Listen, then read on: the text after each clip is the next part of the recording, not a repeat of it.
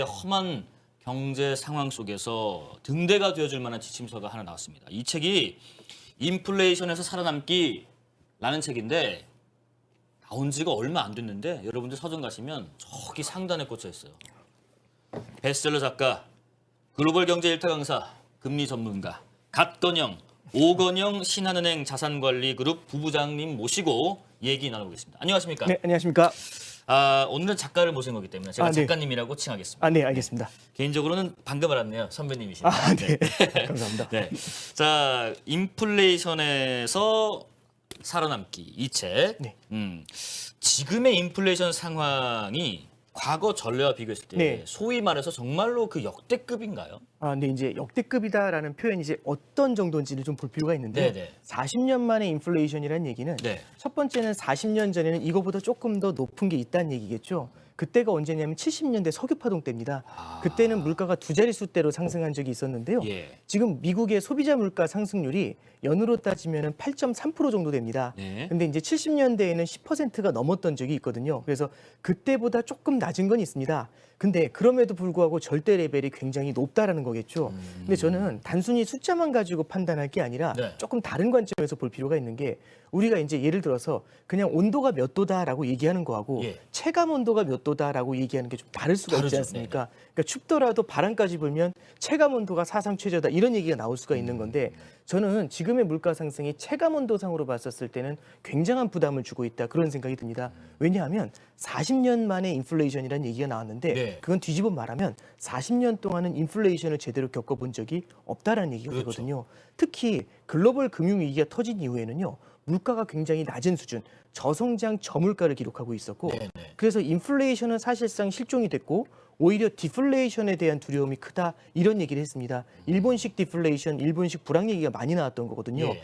그래서 인플레이션이라는 게 사실 오지 않을 것 같다라는 생각을 했었는데 갑작스럽게 그것도 1년 만에 너무나 빠른 속도로 40년 만에 강한 걸로 확 튀어나온 거죠. 그러다 보니까 8몇 %이기 때문에 이제 40년 전에 석유파동 때보다는 약하다 예. 이런 표현보다는 한동안 겪지 않은 인플레이션을 갑자기 겪으면 우리가 대비를 한 적이 없지 않습니까? 그렇습니다. 그러다 보니까 우리가 느끼는 이 인플레이션의 체감 압력, 이 부담은 사실상 역대급이다. 이제 이렇게 생각할 수 있을 것 같습니다. 그러니까 수치로 나타나지 않는 네. 다른 어떤 재반 여건 때문에 느껴지는 것들, 특히나 과거 수십 년 동안 겪지 않았었던 그런 인플레이션 상황을 겪다 보니까 한꺼번에 매를 맞는 듯한 느낌. 그래서 더 이 표현을 하는 것 같아요. 역대급이다. 네. 그리고 한국은행에서 기준금리 인상을 했습니다. 네. 추가 인상까지 시사를 했고요. 네네. 뭐 전 세계에서 지금 이런 분위기인데 네. 역시 미국의 영향 때문인가요? 네, 일단 두 가지를 볼 필요가 있는데요. 첫 번째는 미국의 금리 인상이 빨라졌을 때 우리나라가 금리를 인상하지 않으면 네. 약간의 문제가 생길 수가 있습니다. 예를 들어서 글로벌 자본시장이 열려 있는데요. 네. 예를 들어서 우리가 이제 한국 투자자가 아니라 미국 사람이다 아니면 글로벌 투자자라고 가정을 해보죠. 네네. 미국 금리를 2% 주고 우리나라 금리를 2% 줍니다. 예. 동일하게 2%의 금리를 주면은 아무래도 물론 이제 애국심을 배제한다면 아무래도 미국 쪽에 달러에 대한 수요가 더 높을 수밖에 없을 거지 그렇습니다. 않습니까?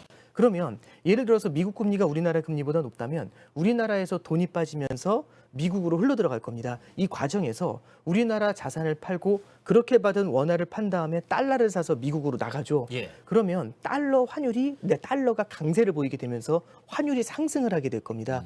그러면 환율이 상승했었을 때의 첫 번째 문제는 수입 물가가 올라가는 문제가 생기죠. 네네. 1달러짜리를 옛날에는 1,000원에 사올 수 있었는데 예. 이제는 1,200원에 사야 됩니다. 1,200원. 그러면 수입 물가가 올라가는 부담이 생기고요.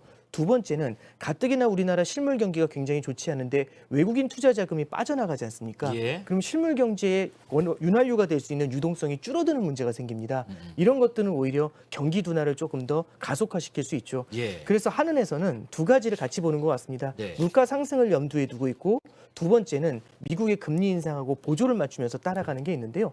여기서 하나 좀 말씀을 드리면 물가가 올라갈 때 금리를 올려야 되는 이유 이게 저도 이제 많은 분들이 직관적으로는 이해가 되는 것 같지만 이게 로직으로 잘 연결이 안 되신다라는 질문을 많이 해주셔서 그래요? 요거 하나만 짚어드리면요. 네네. 예를 들어서 이런 겁니다. 정기예금 금리가 지금 보통 2% 정도 합니다. 네. 이걸 4%를 준다라고 하면은 굉장히 높은 금리를 주니까 이걸 해야 될 것 같지 않습니까? 예, 예. 근데 문제가 만약 물가가 10%씩 오르면 아무도 4% 정기예금을 보지 않습니다. 그렇습니다. 그렇죠. 그러면 뭘 해야 되냐면 정기예금을 안 하고 물건을 더 사야죠. 네네. 물건값이 오르기 전에 더 사야 되지 않습니까? 근데 새롭게 정기예금을 할 사람이 물건을 사는 게 문제가 아니라 이미 기존에 정기예금을 낮은 금리에 했던 사람들은 은행에서 돈을 빼서 전부 다 물건을 살 겁니다. 맞아요. 그럼 어떤 일이 벌어지냐면 그나마도 물가가 높게 오르는데 사람들이 미래에 살 것까지 다 땡겨가지고 네. 오르기 전에 사게 되면은 물가가 훨씬 더 강하게 올라가는 문제가 생기게 그렇죠. 되겠죠. 우리가 그거 있잖아요. 기대 네. 인플레, 그렇죠. 예상 인플레에서 앞으로 더 인플레가 있을 거니까 그렇죠. 돈 빼서 지금 물건 사두는 게 이득이야. 네, 그렇죠. 뭐하러 돈을 은행에도 미쳤어? 네, 그렇죠. 그러니까 이 기대 인플레이션이라는 게 한번 들어오게 되면은요. 네. 일단 지금 현재 물가 상승을 훨씬 더 강하게 만들고 네. 혹여나 이 물가 상승을 조금 누르더라도 물가는 또 올라갈 거야라는 생각이 드니까 그렇습니다. 이게 금방 재발하고 이런 문제가 생기게 되죠. 그래서 중앙은행에서는 10% 물가 상승을 막기 위해서는 14%로 금리를 올리면 물건을 사지 않을 거지 않습니까? 맞아요. 그래서 이제 표현 자체는 예시는 좀 과도하게 들었지만 지금 빠르게 금리 인상을 하는 가장 큰 이유는 물가 상승의 예봉을 꺾으려는 게 1번, 맞아요. 그다음에 미국과의 보조를 맞추려는 게 2번 그렇습니다. 이렇게 보시면 될 것 네, 같습니다. 네. 여러분들 이런 얘기가요. 제가 보는 이 책에 2장 돌아온 네. 인플레이션의 시대에서부터 쭉 나옵니다. 왜 40년 동안에 이런 일이 없다가 생겼는지도 나오고요. 그다음에 그 다음 3장이 되게 중요해요. 인플레이션에서 살아남기라는 게 있는데 이거 넘어가기 전에 질문 하나 주십니다. 썬천사님이 네. 세계는 인플레이션을 넘어 스태그플레이션 상황이라고 하던데요라는 얘기를 해주시네요. 네, 어. 이게 이제 어제 한은 총재께서도 이 비슷한 질문에 답을 좀 해주셨는데 예. 저도 공감을 합니다. 뭐냐면은 첫 번째는요, 스태그플레이션은 성장이 둔화가 되면서 물가가 올라가는 걸 말하는 건데요. 네네. 과거에 우리나라가 스태그플레이션을 겪었던 게 70년대에 겪었습니다. 예, 예. 그때는 물가 상승률이 10%를 넘었고 네. 성장률이 마이너스를 기록을 했었거든요. 근데 지금은 물가 상승률이 우리나라 같은 경우는 현재 4.8% 정도 오릅니다. 네. 아까 말씀드렸던 8.3%는 미국의 케이스고요. 성장률이 네. 현재 우리나라 성장률 올해 전망이 한 2.7%에서 3% 정도 사이 왔다 갔다 합니다. 네. 근데 보통 우리나라가 2에서 3% 정도 성장을 하면은 그래도 양호한 성장을 했다라고 얘기하지 아주 이제 성장이 주저앉았다 이 표현을 쓰지는 않거든요. 그렇습니다. 그래서 절대 레벨로 봤었을 때는 우리나라가 아직 스태그플레이션이다라고 얘기하기에는 조금은 좀 성급하다라는 생각이 들고요. 네. 다만 이제 어떤 느낌인 거냐면 방향성이라는 걸 보면 네. 성장이 탄탄하다가 조금 떨어지는 느낌이 나고 상대적으로 물가가 빠르게 올라가는 느낌이 나니까 네. 결국에는 방향성에서는 스태그플레이션 같은 느낌을 주는 거. 이제 미래에 만약 이런 구도로 계속해서 이어져 가면 스태그플레이션 되는 거 아니야? 이런 의구심을 낳기에는 충분한 그런 형태의 분위기는 형성이 되고 있습니다. 예, 여러분 지금 인플레이션에서 살아남기의 책 오건영 작가님, 오건영 부부장님과 함께 얘기 나누고 계십니다. 질문 있으면 계속 올려주세요. 자, 그리고 저는 이거는 뭐 당연하다고 생각해요. 개인적으로는. 네. 거시경제의 중요성. 네. 거시경제의 중요성은 이 책을 보면 투자 전에 이 거시경제의 그 파악을 하는 게 그렇게 중요하다고 말씀을 해주시던데 개인적으로는 당연하다고 봅니다. 당장 이제 눈앞에 보이는 투자에서 정말 단타로 빼는 그런 어떤 주식의 사례 혹은 다른 투자의 사례 이런 것들을 노리신 분들이라면 조금 아쉬울 수 있겠지만 그렇지 않고 정말 제대로 된 투자를 하겠다면은 멀리 보는 게 맞다. 네, 그렇습니다. 그렇기 때문에 실물 경제나 눈앞에 있는 단기 경제보다는 거시 경제를 좀 네, 보라고 하는. 그렇습니다. 제가 너무 다 말해버렸나요? 아, 예. 그냥 저는 간단하게 네, 예시만 네, 들어서 네, 말씀드리면요.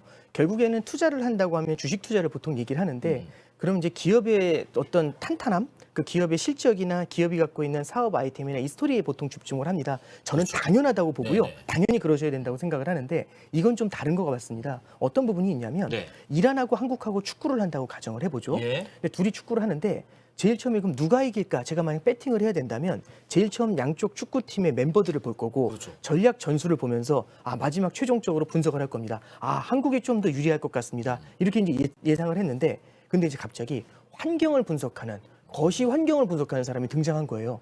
뭐 하시는 분입니까 했더니 이 사람이 이런 정보를 줘요. 첫 번째는 이란 홈 경기라고 합니다. 그죠. 예, 그죠. 그리고 이란 10만 관중이 일방적으로 응원한다고 합니다. 그럼 더 크죠. 느낌이 좀 네, 이상하죠. 네, 네, 네. 그리고 세 번째는 비가 많이 와서 이 운동장이 굉장히 미끄러워서 잔디 상태가 아주 안 좋을 거라고 합니다. 침대 축구 하겠네. 예. 네. 그리고 네 번째는 이게 그 2,000m 고원인 겁니다. 숨도 쉬기 힘들고 마지막으로 하나가 한국 대표팀이 이란에 입국하는데 2시간 전에 입국한답니다. 그러면 컨디션 안 좋죠. 그러면 제 생각에는 저라면 네.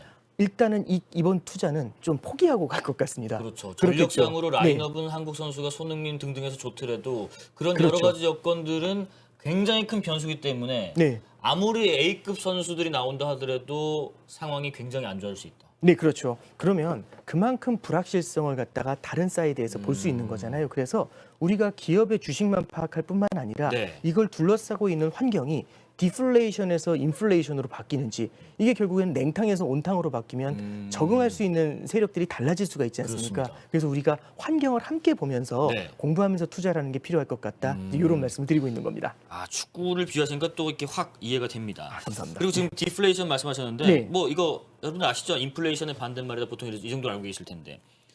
인플레이션은 화폐 가치가 하락하는 현상. 네.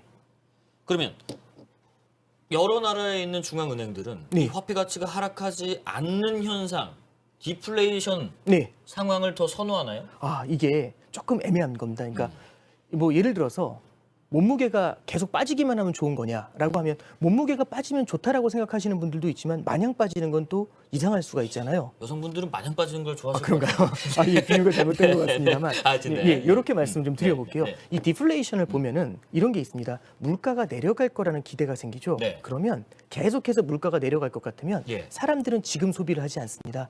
최대한 나중에 소비를 하겠죠. 더 쌀 때 사겠죠. 그렇죠. 근데 싸지잖아요. 네. 더 내려갈 거라고 생각해서 더 사지 않습니다. 그렇죠. 예, 그러면 이 디플레이션에 대한 심리가 생겨나면 사람들은 소비를 하지 않고 기업은 투자를 못 할 겁니다. 그러면 기업들이 고용을 하지 못하고, 그러면 임금이 오르지 않고 소득이 늘지 않고, 그러면 당연히 기업들이 더 돈을 벌 수가 없겠죠. 예. 그럼 소득이 늘지 않고 수요가 늘지 않으니까 물가는 더 떨어지겠죠. 그러면 디플레이션의 악순환에 빠지게 되는데 대표적인 케이스가 일본의 30년 불황이 이 디플레이션에서 시작이 된 겁니다. 그렇죠. 그래서 중앙은행은 물가도 염두에 두지만 한 국가 경제의 아름다운 성장, 지속 가능한 성장도 굉장히 염두에 많이 두거든요. 네네. 그렇기 때문에 디플레이션의 늪에 빠져버리는 건 굉장히 경계를 하죠. 그래서 굉장히 어려운 질문이지만 굳이 디플레와 인플레를 골라라라고 하면 디플레를 조금 더 두렵게 보고요.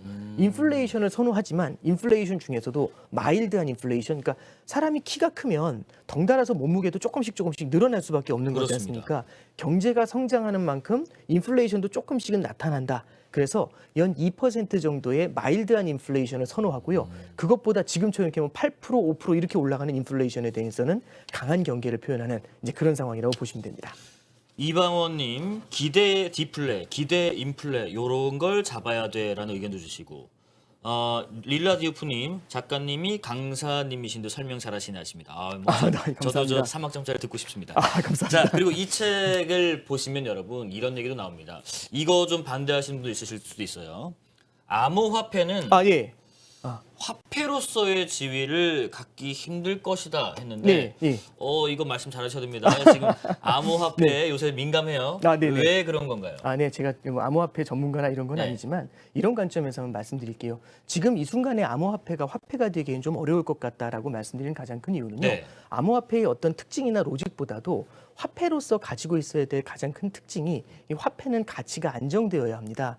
예를 들어서 우리는 인플레이션이라고 얘기를 하잖아요. 네네. 인플레이션은 물가가 오른다라고 볼 수도 있지만 화폐 가치가 떨어진다고도 볼 수 있죠. 예. 그러니까 결국에는 이 샤프 하나가 원래는 1,000원이었는데 10,000원이 됐다면 샤프 값이 올랐다도 볼 수 있지만 예전에는 1,000개의 원화로 이 샤프를 살 수 있다면 이제는 10,000개의 원화를 줘야 이 샤프를 사니까 그렇습니다. 원화 가치가 떨어졌다라고 해석할 수도 있겠죠. 네네네. 디플레이션은 반대입니다. 물가는 내려가지만 화폐 가치는 올라가는 현상이다. 이렇게 해석을 할 수 있죠. 네. 그러면 이렇게 보시면 됩니다. 네. 지금 연 8%의 인플레이션이 굉장히 두려운 거지 않습니까? 그렇습니다. 그럼 1년간 8% 정도 화폐 가치가 떨어지는 현상. 네. 우리는 여기에 대해서 되게 민감하게 반응하는 겁니다. 근데 암호화폐들을 보면은 이 암호화폐의 가치가 하락하는 속도나 상승하는 속도가 어마어마하죠. 네. 화폐 가치가 상승하는 걸 디플레이션, 하락하는 걸 인플레이션이라고 합니다. 그러면 참고로 재작년 말부터 암호화폐가 한 2만 불에서 6만 불 이렇게 비트코인 같은 경우 가치가 많이 올랐거든요. 예. 그러면 한 200%, 300% 올랐는데 1년 만에 네. 그럼 이거는 1년 만에 디플레이션이 200% 진행이 된 거고요. 그렇겠네요. 그리고 최근에 보면 암호화폐 가치가 한 50% 이렇게 고점 대비 하락을 하는데 네네. 이런 경우에는 인플레이션이 50% 나타나는 이제 그런 현상입니다. 그러면 우리가 8%의 인플레이션을 받아들이기도 힘든데 네. 이렇게 큰 폭의 인플레이션이 나타나거나 디플레이션이 나타나면 이거는 실물 경제에서의 거래를 사라지게 만드는 요인이 되거든요. 그러니까 참고로 생각을 해보시면 이런 거죠. 암호화폐로 무언가 커피를 삽니다. 네네. 커피를 사는데 제가 여기 스태프분들 모두 사드리려고 한 50잔을 주문하면 20분만 기다리세요 이러는 거죠. 암호화폐로 결제를 했습니다. 네. 잠깐 스마트폰을 보면서 기다리는데 암호화폐 값이 확 뛰어요. 네. 그럼 어떻게 되냐면 잠시 오시라고 해서 네네. 거래를 취소해야겠죠. 그렇죠. 화폐 자체는 하나의 준거 틀이 되는데 이 준거가 마구 흔들리게 되면은 거래가 실종이 됩니다. 화폐는 거래를 위해 존재하잖아요. 근데 이 화폐 가치가 안정되지 않으면 네. 불안해질 수 있죠. 그래서 저는 화폐로서 암호화폐를 바라보는 것보다는 자산으로서 암호화폐를 바라보는 게 현재로서는 조금 더 적절한 거 아니냐. 이제 그런 형태의 조언을 여기 이제 넣어드렸습니다. 그러니까 이제 이게 돈을 많이 번다 못 번다 이런 개념이 아니라 이 가상 암호화폐 자체가 화폐의 그 고유의 기능. 네, 그렇죠. 그 화폐는 이게 언젠가는 내가 언제 돈을 쓰더라도 이게 뭐 아주 휴지 조각까지는 가지 않는다라는 그런 믿음, 안정성 이런 것들이 있는데 이 변동의 폭이 너무나 암호화폐들은 크다. 네. 그래서 화폐로서의 지위까지 얻기는 좀 어렵지 않나. 네. 자산으로서의 가치가 없다는 설명이 아닙니다. 네, 참고하시고요. 네, 그렇습니다. 흥분하실 수 있으니까. 네. 자, 좀 넘어가 보면 네. 근데 요즘에 이 책에도 나와요. 인플레이션에서 그래서 어떻게 살아남아야 되는 거야. 아, 네. 그래 조금이라도 내 돈을 좀 아끼고 네. 좀 더 투자해서 요만큼이라도 이득을 볼 수 있는 게 뭔가 네네네. 에 대해서 궁금한 분들이 많은데 네. 그러면 요새 나 몰라 퇴직금 다 땡겨서 아, 네. 혹은 미리 퇴직해서 네. 퇴직금 받아가지고 네. 코인, 네. 주식 네. 여기 그냥 올인해가지고 네. 하는 게 훨씬 나아. 혹은 야 부동산 거기다 확 집어넣으면 그 1년 지나면 몇 배인데 네. 왜 돈을 이렇게 갖고 싸매고 있어? 네. 의미 없어. 뭐 이런 사태들도 굉장히 많고. 네. 테라 이번에 아, 네. 루나 사태 때문에도 네네네. 주식 코인 시장이 이렇게 불안한 와중에도 또 다시 여기에 좀 눈독 들인 분들 많이 계시고 네.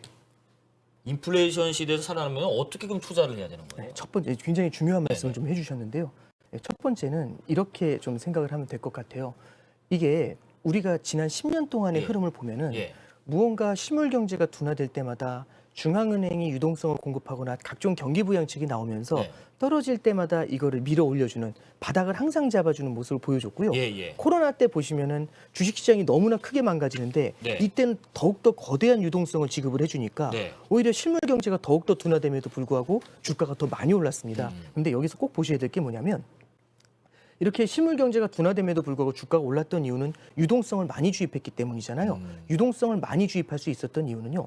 돈의 공급을 늘리면 보통 일반적으로 화폐 가치가 하락을 합니다. 예, 맞죠. 그런데 그 이전에는 디플레이션 심리가 훨씬 더 강했어요. 그럼 물가가 내려갈 거란 심리가 강하니까 돈을 막 뿌림에도 불구하고 아이 물가는 안 올라 이런 생각이 드는 거고요. 중앙은행도 그걸 동의한 거죠. 그러면 아낌없이 두려움 없이 돈을 갖다가 공급을 할 수가 있습니다. 그렇습니다. 그러다 보니까 너무 많은 경기 부양책들이 한꺼번에 쏟아진 거죠. 근데 이게 너무 과했던 겁니다. 이게 너무 과하니까 물가가 급등을 하게 되죠. 그럼 첫 번째 우리가 볼 수 있는 건 뭐냐면 중앙은행의 지원이 사라졌다는 겁니다. 그럼 밑으로 떨어질 때마다 항상 이 밑에서 이걸 받쳐주던 그런 중앙은행이라는 아름다운 친구가 지금은 존재하지 않죠. 예. 그러면 1번으로 보시면 중앙은행이라는 밑받침이 없기 때문에 상당히 투자의 난이도가 올라갔다. 이게 1번입니다. 그리고 두 번째 말씀드릴 게 뭐냐면 저는 앞서 무슨 말씀드렸냐면 40년 만에 인플레이션이고 그 이전에는 디플레이션을 겪었죠. 네. 그럼 기존에는요. 환경 중에서 저물가에 대한 환경만 고민을 하면 됩니다. 대표적인 환경이 성장과 물가를 보면서 가거든요. 예. 그러면 물가는 낮고 성장이 탄탄한 고성장 저물가 상황이나 아니면 물가도 낮은데 성장도 안 좋은 저성장 저물가 상황 이런 두 가지 상황 정도만 우리가 고민을 했으면 되는데 네네. 이제는 어떻게 된 거냐면 물가가 올라가 버렸지 않습니까? 그러면 고성장 고물가와 저성장 고물가의 상황까지 그럼 모두 성장도 두 개, 물가도 두 개죠. 그럼 2 곱하기 2니까 4개의 상황을 우리가 같이 고민해야 됩니다. 그러면 우리가 이지선 다형 OX 문제를 푸는 거하고 사지선 다형 문제를 푸는 거하고 난이도가 다르죠. 난이도 다르죠. 예, 그래서 저는 사지선 다형을 풀어야 되고 밑을 받쳐주는 와일드 카드가 사라졌다는 점에서 난이도가 굉장히 많이 높아졌다는 점을 우리가 받아들이면서 시작을 해야 됩니다. 자, 그러면 이지선 다형에서 한 줄로 찍을 때하고 사지선 다형에서 한 줄로 찍을 때하고 어느 쪽이 더 확률이 높을까요? 당연히 이지선 다행이 그래도 더 많이 맞을 확률이 그렇죠. 생기는 이거 거잖아요. 아니거든요. 그렇죠. 그러면 우리는 오른다, 무조건.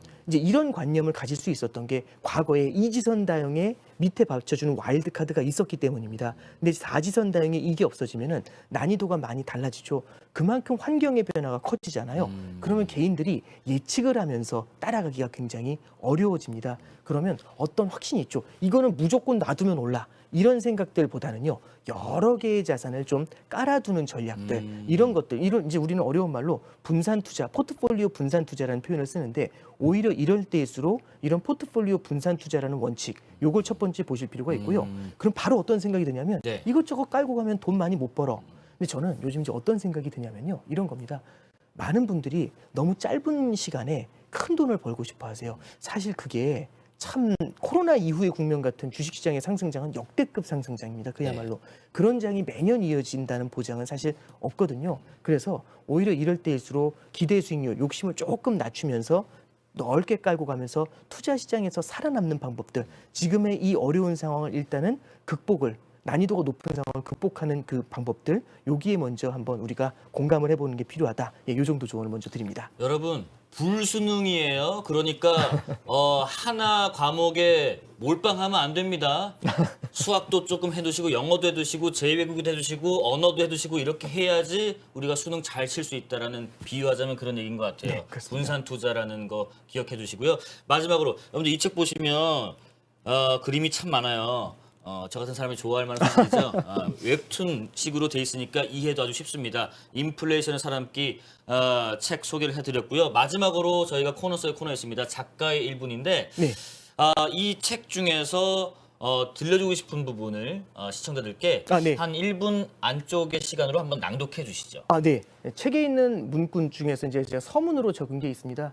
저는 이제 책을 쓸 때 굉장히 좀 고민을 많이 하는 게, 그러니까 저는 서점 같은 데 가보면 영어 공부하실 때 그런 얘기 나오잖아요. 영어 책 한 권 읽어봤니? 이제 이런 얘기들 많이 나오잖아요. 저는 영어 책에다가 경제책을 넣었을 때도 비슷한 효과라고 봅니다. 영어 책 한 권 읽기 쉽지 않거든요. 경제책도 한 권 읽기가 굉장히 어렵습니다. 말씀드리고 싶은 거는, 그거는 경제 자체가 어려운 점도 있지만 쓸 때 최선을 다해서 쉽게 쓰는 게 굉장히 중요하다라고 생각을 합니다.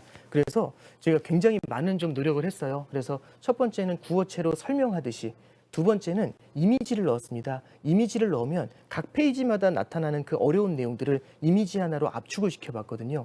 그럼 이미지를 통해서 조금이라도 더 기억이 남을 수 있도록 그렇게 이제 장치를 해두었습니다. 그래서 저는 이 책을 통해서요, 경제책 한 권 읽으실 수 있는 이런 보람, 이런 것들을 좀 전해드리고, 지금처럼 혼란스러운 상황에서 인플레이션에 대한 기본적인 컨셉과 견딜 수 있는 힘, 요걸 드릴 수 있기를 그렇게 간절히 바라봅니다. 네, 인플레이션에서 살아남기, 오건영 신한은행 WM그룹 부부장님과 함께했습니다. 이 책 한번 꼭 읽어보시고요. 어려운 시기에 이렇게 투자를 하고 이렇게 살아남는 해법이 있겠구나라고 한 번쯤 영감을 받으시길 바라겠습니다.